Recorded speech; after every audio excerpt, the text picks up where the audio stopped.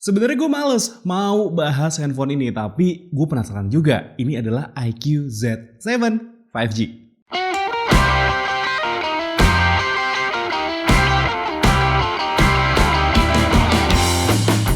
Masih barengan sama gue Dimas dan lo masih dengerin Radio Gadget, the one and only Gadget Radio. Ya, ini adalah iQOO Z7 5G. Dan di video kali ini gue pengen unboxing dan juga impresi pertama tentang handphone yang kayaknya pengen ngebrak pasar di Indonesia. Dan seperti biasa sebelum kita unboxing unitnya, kita lihat dulu packaging dari boxnya. Jujur ini adalah salah satu handphone yang kayaknya sedikit malu-malu untuk nunjukin spesifikasinya. Karena di boxnya ini nggak ada keterangan spesifikasi ataupun juga nilai jual utamanya. Di bagian depannya cuma ada tulisan iQOO gini aja dengan boxnya itu yang punya pattern kayak karbon. Terus di bagian belakangnya ini ada keterangan untuk RAM-nya aja 12 GB dan juga ROM-nya 256 GB. Di bagian sisinya itu polosan aja, nggak ada keterangan apa-apa. Dan yang unik dari boxnya ini dia bentuknya kayak apa ya? Kayak nggak, kalau gue bilang sih ini kurang jelas juga ya, tapi lumayan estetik lah kalau misalkan dilihat. Dan di dalamnya ini kita dapat handphonenya ya. Kita lihat di sini, kita dapat handphonenya yang warna biru kayak gini. Sebenarnya untuk handphone ini ada dua pilihan warna, hitam dan juga biru. Dan kebetulan yang gue pegang sekarang ini adalah yang warna biru. Dan handphone ini tuh pinjeman dari Dendi, dari Detek Indo. Kalau misalkan emang lo mau main ke channelnya, linknya itu udah gue taruh di kolom deskripsi box di bawah. Kita lanjut unboxingnya. Kita taruh dulu untuk handphonenya di sini. Kita lihat ada apa aja di dalam paket penjualannya. Kita di sini dapat untuk casing ya. Casingnya itu dia modelnya kayak gini, jelly case bening yang kayaknya udah sedikit menguning ya. Ya maklum mungkin kayaknya udah pernah dipakai juga. Kita taruh di sini, terus di sini ada stiker IMEI dan juga di sini ada dua buah buku yang menunjukkan kartu garansi dan juga ini adalah buku panduan penggunaan. Sebenarnya nggak bisa dibilang buku juga karena emang tipis banget. Bisa dibilang ini adalah kertas manual penggunaan kali ya. Oke, kita taruh di sini dan kita dapat di sini charger dengan kemampuan output di 120 watt. Ini chargernya gede banget, 120 watt ya. Kita taruh lagi di sini untuk chargernya dan yang terakhir kita di sini dapat kabel data yang udah USB Type-C pastinya, dan ini dia bukan USB Type-A to USB Type-C, melainkan USB Type-C to USB Type-C seperti ini. Untuk panjangnya kurang lebih ada di 1 meter. Dan ini bukan yang terakhir yang kita dapat, ternyata kita masih dapat untuk SIM tray ejector di sini. Oke, ini gue taruh SIM tray-nya di sini, gue bakal beresin ini dulu, kita bakal fokus untuk handphonenya. Oke teman-teman, ini dia handphonenya iQOO Z7 5G. Kalau dilihat sekilas ini bentuknya mirip banget sama Vivo ya. Karena memang handphone ini tuh masih satu grup sama Vivo. Dan langsung kita selorotin aja di sini untuk handphonenya. Sebenarnya bisa dikletek tapi sayang ya, karena emang bakalan dijual lagi kemungkinan besarnya untuk handphonenya. Dan ya seperti ini penampakan handphonenya. Warnanya itu biru. Gua nggak tahu nama jelasnya ini biru apa, tapi yang jelas ya ini warnanya biru gitu ya.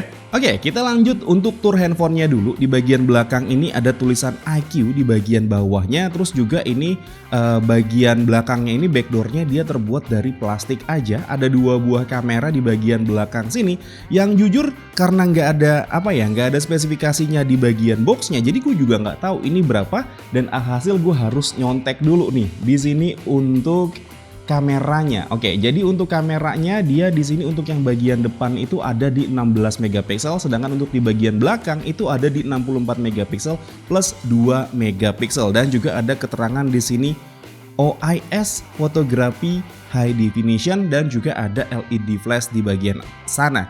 Terus kemudian di bagian atasnya ini kita ada infrared blaster, ada mikrofon dan juga ada jack audio 3,5 mm, meskipun dalam paket penjualannya kita nggak dapat jack audionya ataupun juga kita nggak dapat headsetnya.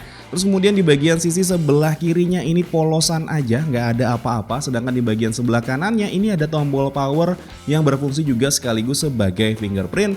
Ada dua buah tombol di sini untuk volume up serta volume down. Kemudian di bagian bawahnya kita bisa lihat di sini ada mikrofon, ada juga SIM tray, ada USB Type-C dan juga ada grill speaker di bagian bawah. Dan ini kalau setahu gue ini dia udah dual stereo ya. Coba kita lihat di sini. Seharusnya sih udah dual stereo, tapi nanti bakal kita cek lagi ya. Kita cek ini dulu aja untuk SIM tray-nya apakah dia hybrid atau enggak.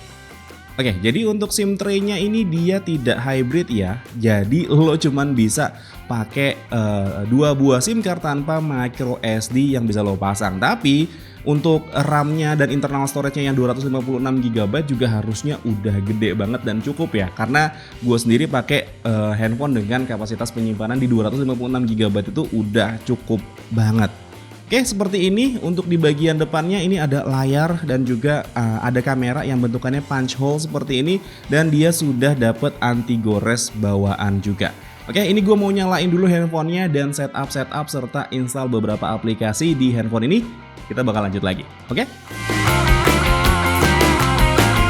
Oke teman-teman, ini handphonenya udah gue nyalain dan juga udah gue setup, dan tampilannya seperti yang bisa lo lihat sekarang. Ini tampilannya jujur kalau menurut gue kelihatannya ya Vivo banget ya ini ya. Cuman gue emang kurang begitu familiar sama beberapa handphone Vivo karena ya emang gue jarang dapetin handphone Vivo karena ya masih kurang aja menurut gue. Ya ini tampilannya Vivo banget. Kita lihat untuk settingannya dulu di sini untuk about phone-nya supaya gue tahu nih spesifikasinya itu kayak gimana. Kita lihat di bagian bawah tentang handphone di sini. Ya, dia pakai Vantage OS 13, nama perangkatnya adalah iQOO Z7 5G. Untuk prosesornya dia pakai Snapdragon 782G. Jadi ini adalah penerus dari prosesor 778G yang emang udah kenceng banget. Nanti kita bakal cobain di video full reviewnya. Terus juga RAM-nya di sini ada di 12 GB, tapi lo bisa ekspansi lagi 8 GB, jadi total RAM yang bisa lo pakai di handphone ini bisa 20 GB. Gila banget kan? Dan ini untuk versi Android-nya dia pakai Android 13, penyimpanannya di 256 GB. Oke, cuman itu aja informasi yang bisa kita dapetin di sini ya. Untuk perangkat lunaknya di sini cuman seperti ini aja. Jadi gue nggak bisa, belum bisa untuk ngejelasin lebih detail lagi tentang handphone ini. Yang jelas penampilannya seperti ini, dan hal pertama yang gue setting di handphone ini adalah fingerprint. Kita lihat untuk kemampuan fingerprintnya seperti apa. Ya, fingerprintnya ada di samping meskipun dia layarnya bukan AMOLED, layarnya masih pakai IPS ya. Oke, kita buka di sini pakai tombol power yang sekaligus berfungsi sebagai fingerprint.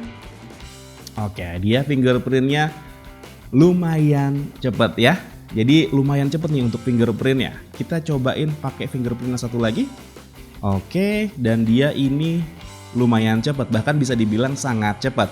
Untuk kemampuan kameranya yang ada di 64 megapiksel seperti yang bisa lo lihat di sini, untuk pengaturannya lumayan banyak. Ada malam, ada portrait, ada foto, ada video, ada film vlog, dan juga lainnya.